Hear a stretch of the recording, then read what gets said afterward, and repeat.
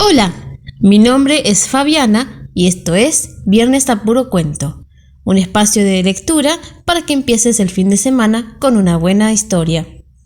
El cuento de hoy se titula Tobermory y pertenece al autor Saki. Era una tarde fría y lluviosa de fines de agosto, esa estación indefinida en que las perdices están aún a resguardo o en algún frigorífico y no hay nada que cazar, a menos que uno se encuentre al sur del canal de Bristol.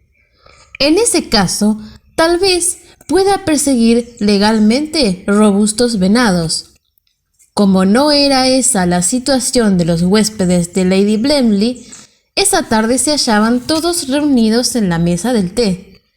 Y, a pesar de la monotonía de la estación y la falta de originalidad del momento, no había en la reunión ningún rastro de esa fatigada inquietud que surge del temor por la pianola y de un deseo reprimido de jugar al bridge.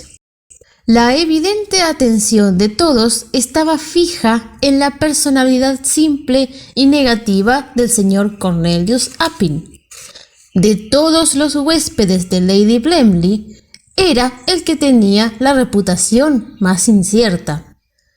Alguien había dicho que era inteligente, y la anfitriona lo había invitado con la modesta expectativa de que, al menos, una parte de su inteligencia contribuyera al entretenimiento general.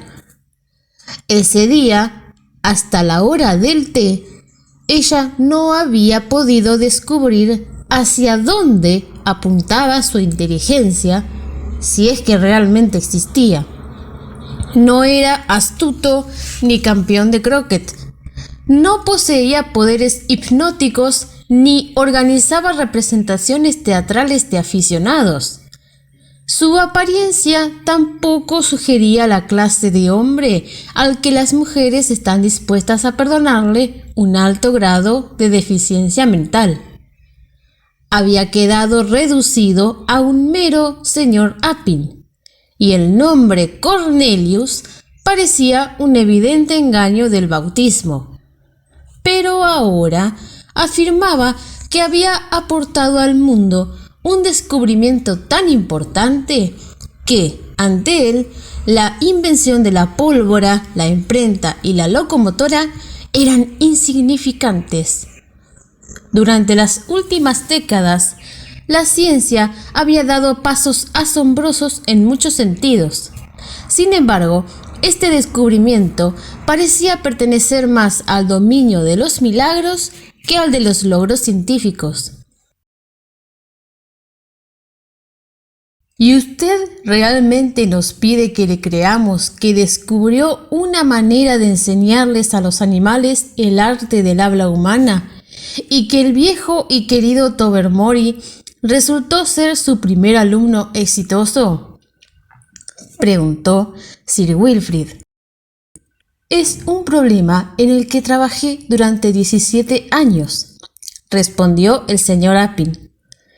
Pero solo obtuve algunos atisbos de éxito en los últimos 8 o 9 meses. Por supuesto, experimenté con miles de animales, aunque recientemente lo hice nada más que con gatos. Esas criaturas maravillosas que se asimilaron muy bien a nuestra civilización, reteniendo sus instintos salvajes muy desarrollados. De vez en cuando, uno encuentra un gato de intelecto superior, como sucede con los seres humanos, y cuando conocí a Tobermory hace una semana, advertí enseguida que me hallaba ante un supergato de extraordinaria inteligencia. En mis experimentos recientes había avanzado mucho en el camino del éxito, pero con Tobermory, como lo llaman ustedes, llegué a la meta. El señor Appin concluyó su notable declaración en un tono de voz al que trató de despojar de toda inflexión triunfalista. Nadie dijo «bah», aunque los labios de Clovis hicieron una contorsión monosilábica que probablemente significara esa expresión de descreimiento. ¿Quiere decir, preguntó la señorita Resker tras una breve pausa, que le ha enseñado a Tobermory a decir y entender palabras sencillas de una sílaba? Mi querida señorita Resker, respondió con paciencia el hacedor de milagros. Uno enseña de esa manera gradual a los niños pequeños y a los salvajes, y a adultos con retraso mental. Una vez que uno sabe cómo empezar con un animal de inteligencia superior, no se necesitan esos métodos vacilantes. Tobermory habla perfectamente nuestra lengua. Esta vez, Clovis dijo nítidamente «bah, bah». Sir Wilfrid fue más diplomático, pero igualmente escéptico. ¿Por qué mejor no traemos al gato y lo juzgamos personalmente?, sugirió Lady Blemley. Sir Wilfrid fue a buscar al animal y los huéspedes se prepararon lánguidamente para presenciar una especie de ventriloquismo de salón más o menos ingenioso. Al rato, Sir Wilfrid estaba otra vez en la sala, su cara pálida bajo el bronceado y sus ojos dilatados de excitación. ¡Por Dios, es verdad! Su euforia era inconfundiblemente auténtica y sus oyentes se estremecieron con renovado interés.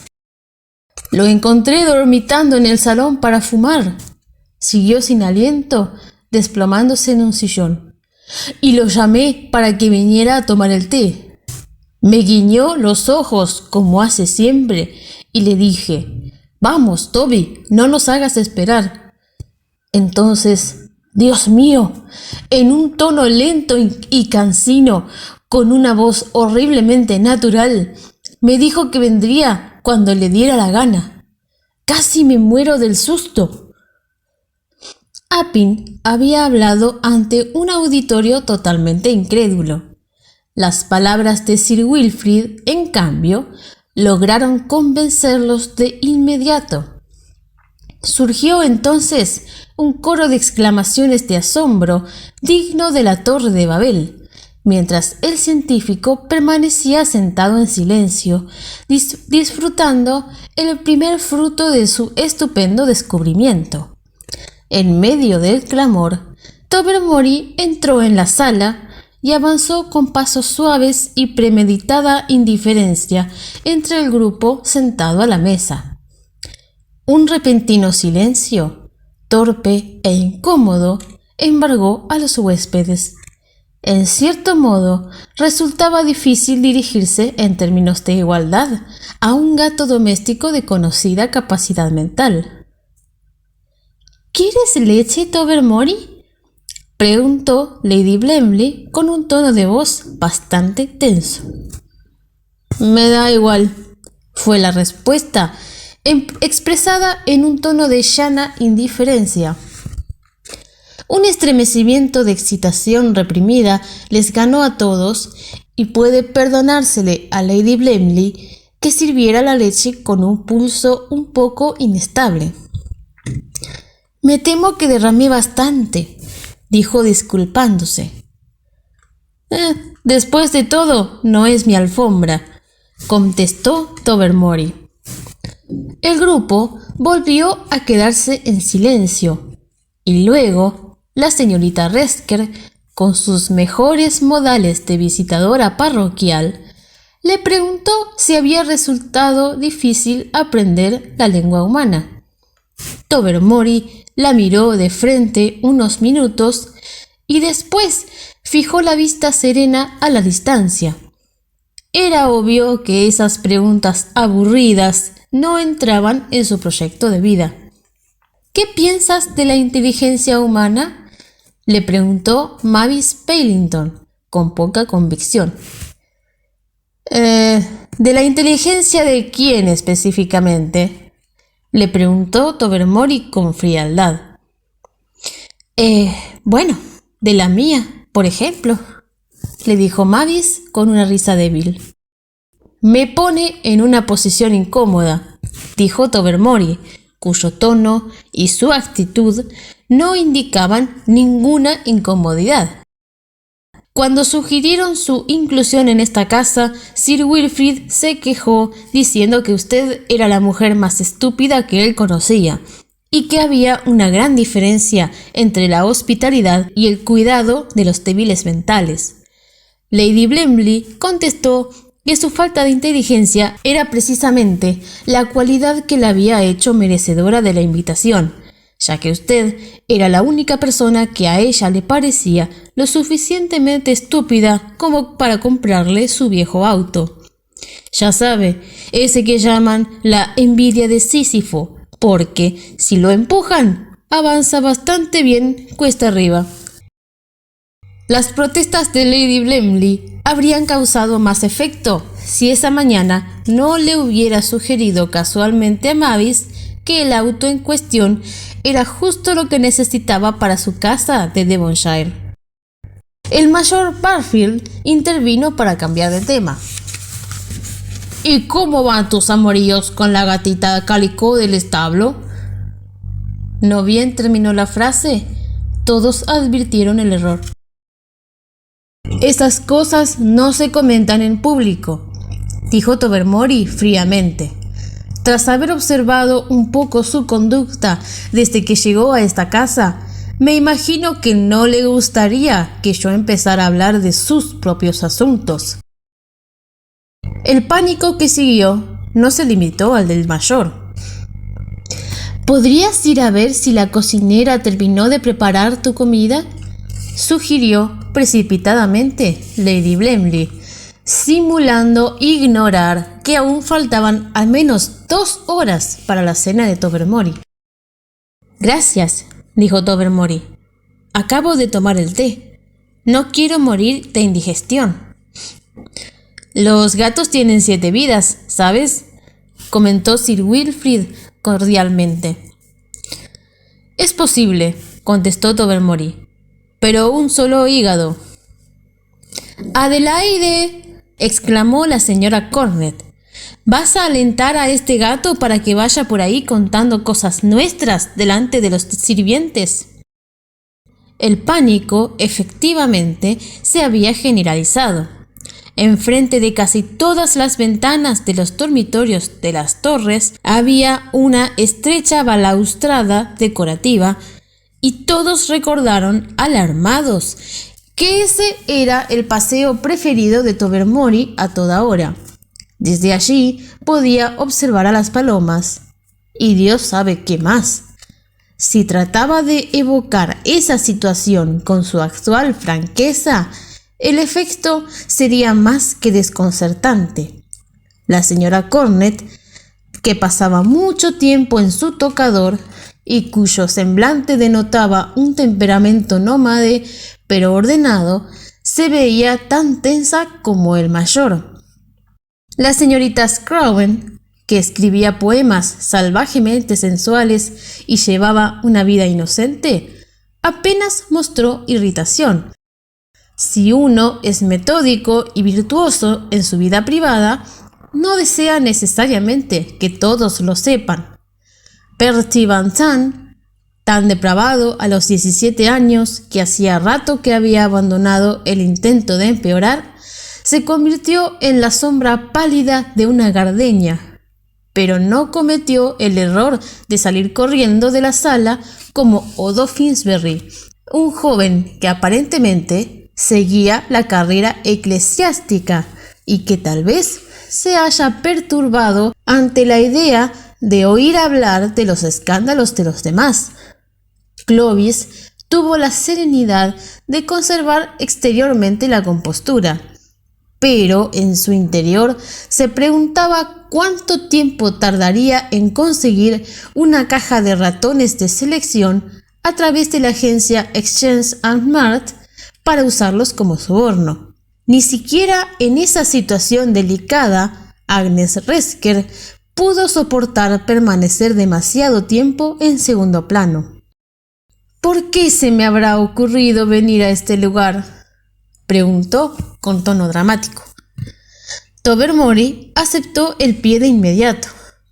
A juzgar por lo que le dijo a la señora Cornet ayer en el campo de croquet, vino por la comida. Usted le dijo que los Blemley eran las personas más aburridas que conocía, pero que habían tenido la astucia suficiente como para emplear una cocinera de primer nivel. Si no fuera por eso, sería difícil que la gente volviera por segunda vez. Ni una palabra de lo que dice es cierta. Apelo a la señora Cornet, gritó Agnes disgustada. La señora Cornet repitió después su comentario a Bertie Van Tahn, continuó Tobermory, y agregó: esta mujer va a las marchas con los desocupados, iría a cualquier lado por 4 buenas comidas al día. Y Bertie Van Tahn dijo: en ese punto, afortunadamente, se detuvo la crónica. Tobermory vio a Tom, el gran gato amarillo de la casa parroquial, que avanzaba por los arbustos hacia el establo y salió instantáneamente por la ventana abierta. Cuando desapareció el alumno de Cornelius Appin, que era demasiado brillante, su maestro se encontró asediado por un huracán de amargos reproches, preguntas cargadas de preocupación y temerosos ruegos. La responsabilidad de la situación era suya, y él debía evitar que las cosas empeoraran. ¿Tobermory podía impartir su peligroso don a otros gatos? Fue la primera pregunta que tuvo que responder. Era posible, contestó, que hubiera iniciado en sus nuevos conocimientos a su íntima amiga, la gatita del establo, pero era poco probable que su enseñanza se hubiera extendido más por el momento. Entonces, dijo la señora Cornet, es probable que Tobermory sea un gato valioso y una gran mascota, pero estoy segura de que usted coincidirá conmigo, Adelaide, en que tanto él como la gata del establo deben desaparecer de inmediato. Usted no supondrá que yo disfruté el último cuarto de hora, ¿no? Dijo Lady Blemley con amargura. Mi esposo y yo queremos mucho a Tobermory. Al menos lo queríamos antes de que le enseñaran este horrible conocimiento. Pero ahora, por supuesto, lo único que queda es deshacerse de él lo antes posible. Podemos ponerle un poco de estrecnina en los restos que siempre le dan para cenar, dijo Sir Wilfrid, y yo ahogaré personalmente a la gata del establo.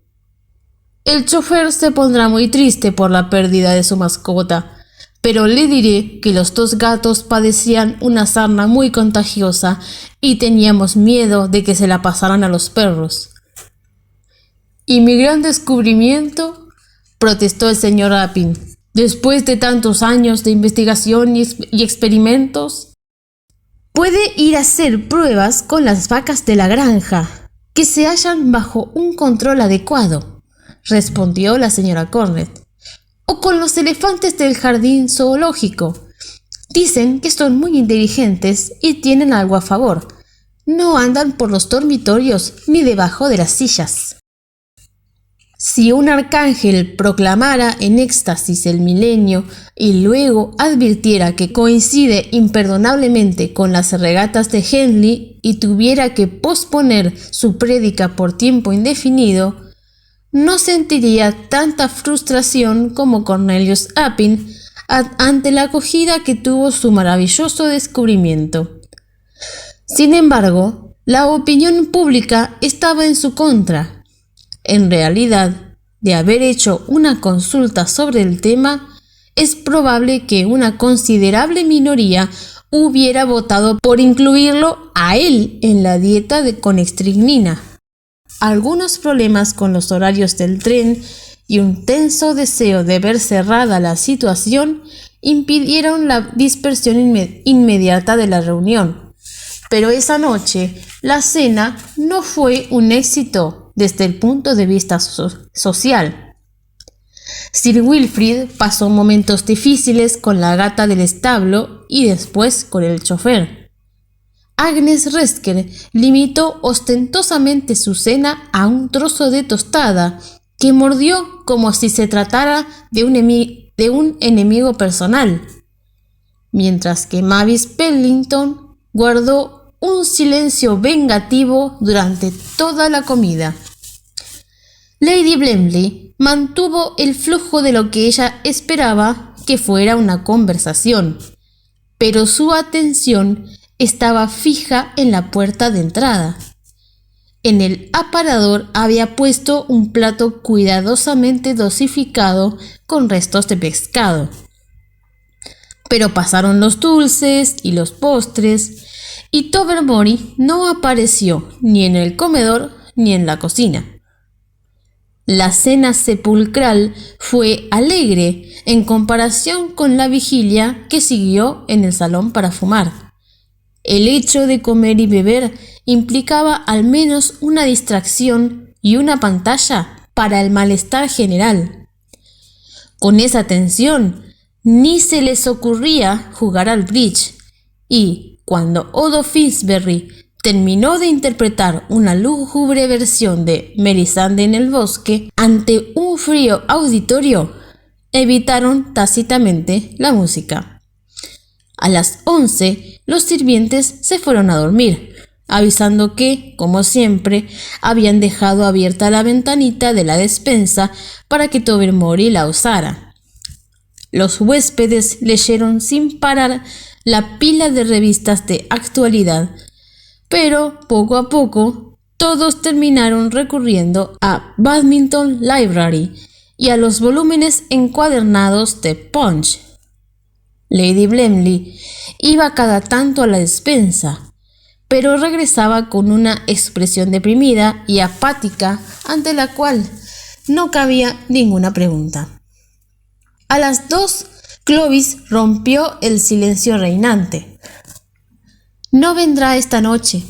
Es probable que en este momento esté en las oficinas del diario local dictando la primera entrega de sus memorias. No incluirán el libro de Lady como se llame. Será el acontecimiento del día. Después de hacer esta contribución a la diversión general, Clovis se fue a dormir. Luego de largos intervalos, varios miembros de la reunión siguieron su ejemplo. Cuando sirvieron el té de la mañana, los sirvientes hicieron un anuncio uniforme como respuesta a una pregunta uniforme. Tobermory no había regresado. El desayuno resultó, en todo caso, una función más desagradable que la cena anterior, pero antes que terminara, se alivió la situación. Trajeron el cadáver de Tobermory, que se hallaba entre los arbustos, donde lo descubrió un jardinero. Por las mordeduras que tenía en la garganta y la piel amarilla que cubría sus garras, era evidente que había estado luchando de igual a igual con Tom, el gato grande de la casa parroquial. Al mediodía, la mayoría de los huéspedes había abandonado las torres, y después del almuerzo, Lady Blemley se había recuperado lo suficiente como para escribir una carta extremadamente antipática a la casa parroquial por la pérdida de su valiosa mascota. Tobermory había sido el exitoso alumno de Appin y este estaba destinado a no tener sucesores. Unas semanas después, un elefante del jardín zoológico de Dresden, que no había dado muestras previas de irritabilidad, se soltó y mató a un inglés que aparentemente estaba molestándolo. El apellido de la víctima apareció en varios diarios como Oppin y Eppelin, pero su nombre de pila era invariablemente Cornelius. Si estaba intentando enseñarle al pobre animal los verbos irregulares en alemán, merecía ese final, dijo Clovis. Saki en realidad es un seudónimo de Hector Hugh Munro, que nació en Birmania Británica en 1870 y murió en Francia durante un combate de la Primera Guerra Mundial en 1916. Fue escritor, novelista y dramaturgo y destacó mucho por sus cuentos porque recrearon irónicamente la sociedad y la cultura victorianas, que fue el contexto en el que se crió de chico. O sea que de muy niño lo mandaron a vivir con unos parientes que eran muy severos e intransigentes, y él representa en su obra toda esa cultura, esos modismos, esa etiqueta victoriana, y los representa de forma muy irónica, muy crítica. En otras palabras, les da con un caño. Fue también un maestro del relato corto y recibió muy buenas críticas. Entre sus cuentos más destacados podemos nombrar La ventana abierta, donde una joven le juega una mala pasada a alguien que viene a hospedarse en su casa. O también El cuentista, que promueve una reflexión en torno a la literatura, sobre todo para los chicos, y la imaginación. Así que búsquenlos, que son muy muy recomendables. Otro dato de color es que su sentido del humor, tan cáustico e irónico, fue muy apreciado por Borges. Bueno, llegamos al final de otro episodio. Si les gustó el cuento, pónganle me gusta, comenten qué les pareció, compártanlo con sus amigos, familia. Por mi parte, eso ha sido todo. Espero que lo hayan disfrutado y nos vemos en el próximo episodio en Viernes a Puro Cuento.